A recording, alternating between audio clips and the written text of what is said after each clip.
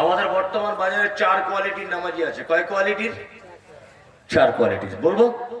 বলি। এক, কিছু লোক আছে জোহরে যায়, আসরে যায়, মাগরিবে যায় না, এশায় দোকান বন্ধ করে, ফজরে ঘুম ভাঙে না। এরকম লোক আছে না? 2 ওয়াক্তে যায়, 4 ওয়াক্তে যায় না, এরকম লোক। হ্যাঁ। আর এক কোয়ালিটির লোক আছে শুধু জুম্মার দিনে যায়। আবার জুম্মার দিনে শুধু যায় না, এবং সাদা পাঞ্জাবি পরে যাবে, সেন্ট মেরে মনে হচ্ছে আব্দুল কাদের জেলানি ঢুকছে মসজিদে। আর একটা লোক আছে 2 ঈদে যায়, আছে। আর এক কোয়ালিটির লোক আছে 5 ওয়াক্ত পড়ে, তবে কিছু বুঝে না, এমনিতেই চালায়। চাচা ক বছর নামাজ পড়ছো বাপ? বলছে 30 বছর হবে মনি সাহেব। আত্মাইয়াতটা বলো তো? বলছি ওটা জানি না হুজুর। আচ্ছা আচ্ছা আচ্ছা। বাইরের বাইনিটা? ওটা জানি না। আচ্ছা আচ্ছা আচ্ছা আচ্ছা। আচ্ছা ওই তাহলে সূরা ফাতিহাটা? বলছি একটু জানি। আচ্ছা আচ্ছা।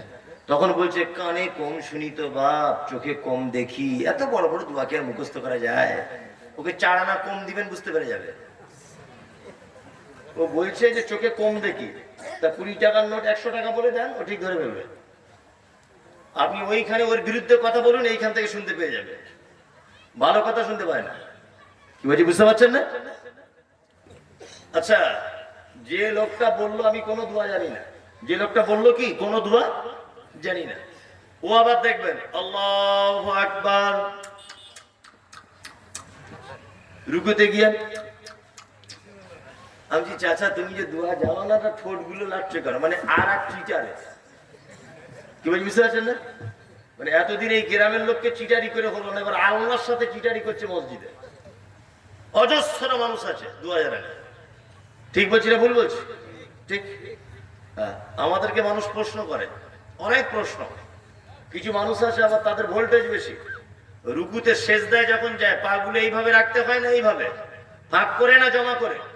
জমা করে। একটা বুড়ো লোক পাটা ফাঁক করে রেখেছে, তা আমি ওকে বলছি চাচা পা গুলো জমা করে রাখো, তো ও ভোল্টেজ বাড়িয়ে দিয়ে বলছে তোর কবরে তুই যাবি, আমার কবরে আমি যাবো, বেশি ভাত ভাত করে বকিস না। মানে বলতে গেলেও দোষ। আমি ছাত্র জীবন থেকে বক্তা। আমি যখন লালগোলা এলাকায় প্রথম জলসা করতে এসেছি, তখন আমার দাড়ি সবে উঠছে, আমার আজও মনে আসে। দাড়ি সবে উঠছে, আমার দাড়ি এখন ভিতরে ভিতরে দুটো একটা পেকে গেছে। আমার এতদিনের জলসার অভিজ্ঞতায় যেখানেই যায় মানুষকে অনেক প্রশ্ন করে, এই যেমন এখানে একজন করেছে, নদিয়াতে একজন প্রশ্ন করছে আমাকে। কি প্রশ্ন?